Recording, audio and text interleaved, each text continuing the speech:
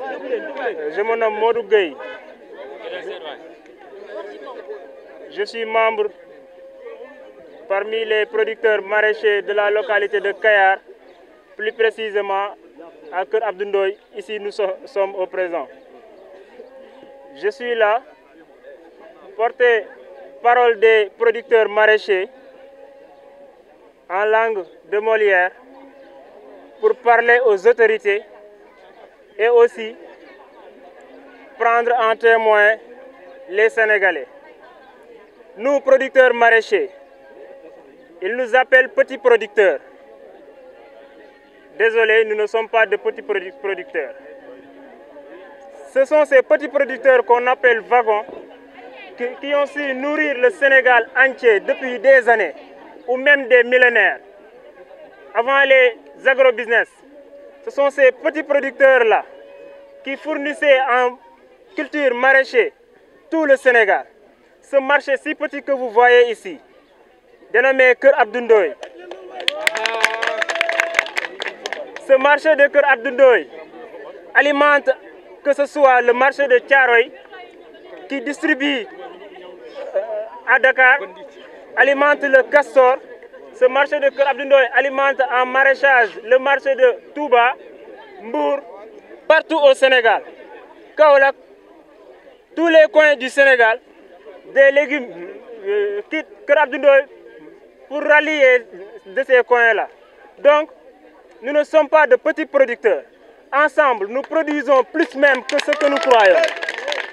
Imaginez que la filière pomme de terre, 25 000 tonnes en 3 mois seulement, ça se passe ici à Kayar. Donc nous ne sommes pas de petits, nous ne sommes pas des wagons. Et ils ne peuvent pas nous transporter ainsi aussi. Donc ce que nous recommandons, ou bien ce que nous déplorons, c'est de voir le prix de nos produits baisser. Il y a de cela 6 mois même. Depuis décembre, personne ne peut vendre à un prix considérable ou un prix raisonnable. Imaginez le prix de pommes de terre à 150 francs au marché. Je ne dis pas bord-champ, mais au marché, 150 francs. Qu'est-ce qu'on va faire de cela? Avec tous les dettes qu'on a accablées des banques, des firmes, etc. Vous êtes agressé par les agrobusiness? Si, nous sommes agressés par les agrobusiness, car eux, ils produisent beaucoup. S'ils vendent à un prix dérisoire, cela ne leur portera pas préjudice. Mais nous, si nous vendons à un certain prix, nous allons vendre à perte. Ça, on n'en disconvient pas. Donc nous ne pouvons pas vendre au même prix que les agrobusiness. La seule possibilité est que les agrobusiness, eux, ils arrêtent leur commercialisation. Le ministre nous avait promis cela il n'y a même pas un mois, d'arrêter la commercialisation des produits des agrobusiness pour que nous, les producteurs maraîchers, je dis bien nobles producteurs maraîchers, puissent écouler nos produits. Ensuite, eux, ils vont venir sur le marché. Ils ont la possibilité d'aller déposer leurs produits dans les chambres froides. Nous n'avons pas ces moyens-là. Si l'État nous donnait ne serait-ce que le petit de ce qu'il fait avec les agrobusiness, nous allons produire plus qu'eux. Nous avons les terres, la possibilité et la compétence. Seulement, nous ne sommes pas accompagnés. C'est ça la réalité. Je note clairement une incapacité notoire à travers, par rapport aux activités du ministre. Non seulement, il nous avait promis, je l'ai dit tantôt, d'arrêter la commercialisation des agrobusiness.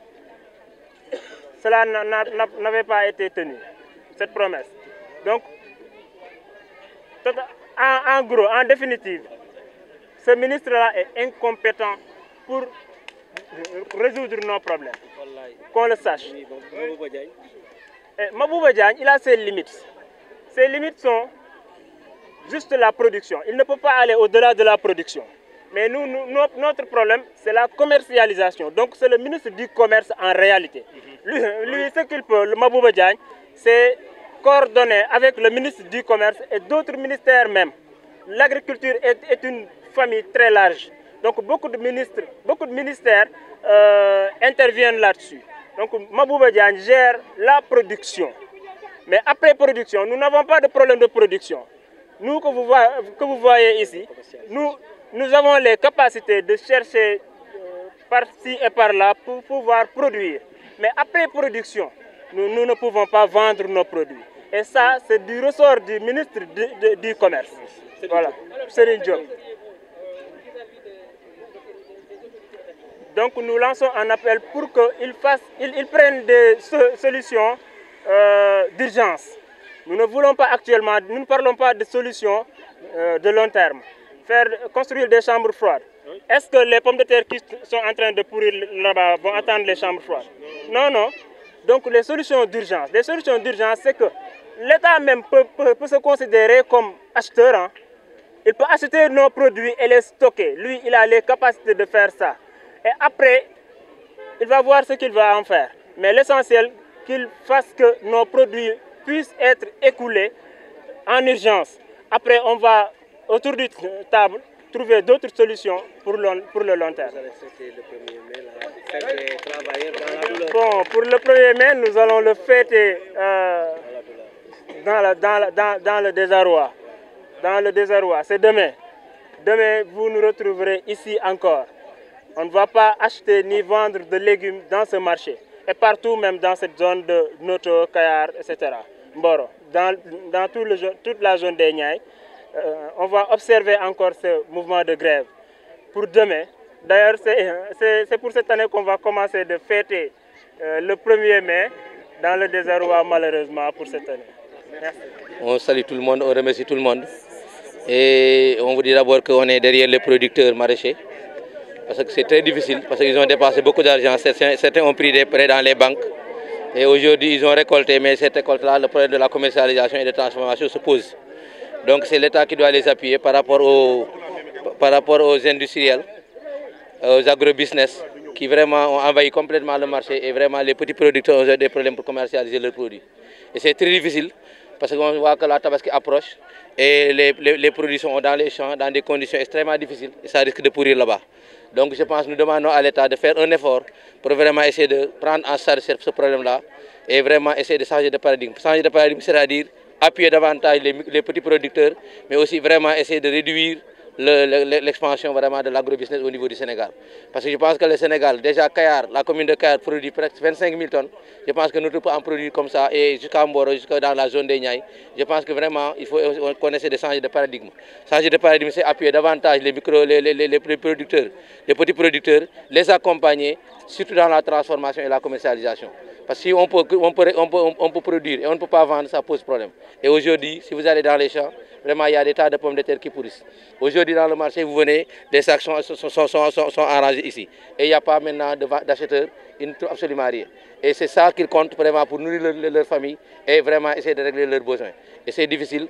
Donc nous demandons à l'État vraiment de faire un effort, d'accompagner ces petits producteurs-là et de tout faire pour que le produit-là puisse être commercialisé. Parce que ça pose un problème au niveau des producteurs. On les accompagne d'abord pour être avec eux dans ces manifestations-là qu'ils ont fait. Une manifestation pacifique, mais aussi exprimer leurs besoins, exprimer leur désarroi, mais aussi exprimer leurs préoccupations. Et c'est pourquoi nous sommes là aujourd'hui, pour les accompagner dans ce sens-là. Et dire à l'État qu'il faut que vraiment on revienne et qu'ils viennent voir de visu ce qui se passe réellement dans la zone des Niayes. C'est très difficile. Dans les champs, il y a les pommes de terre. Au niveau des marchés, il y a des pommes de terre et il n'y a pas vraiment d'acheteurs. Et les Indiens occupés, les Indiens ont les moyens de conserver leurs produits pour les sortir et les vendre pendant la tabaski, alors que ces gens-là n'ont pas ces moyens-là. Et ce sont des Sénégalais, et je pense qu'il faut accompagner d'abord les petits producteurs sénégalais avant vraiment d'aider les Indiens, parce qu'ils ont assez de moyens. Ces gens-là, ces petits producteurs-là n'ont pas de moyens. Quand je parle de la zone des Niayes, de Kayar en allant jusqu'à Lompoul, en allant jusqu'à Fassbo et partout, c'est le même problème qui se pose. Donc on demande à l'État vraiment de venir en aide à ces producteurs-là pour qu'ils puissent commercialiser ce qu'ils ont récolté.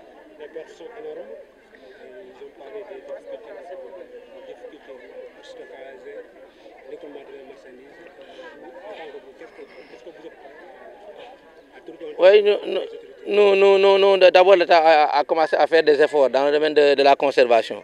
Parce qu'il y a des chambres de stockage qui sont déjà construites. Mais on nous a produit qu'à Kayar, il y aura une chambre froide.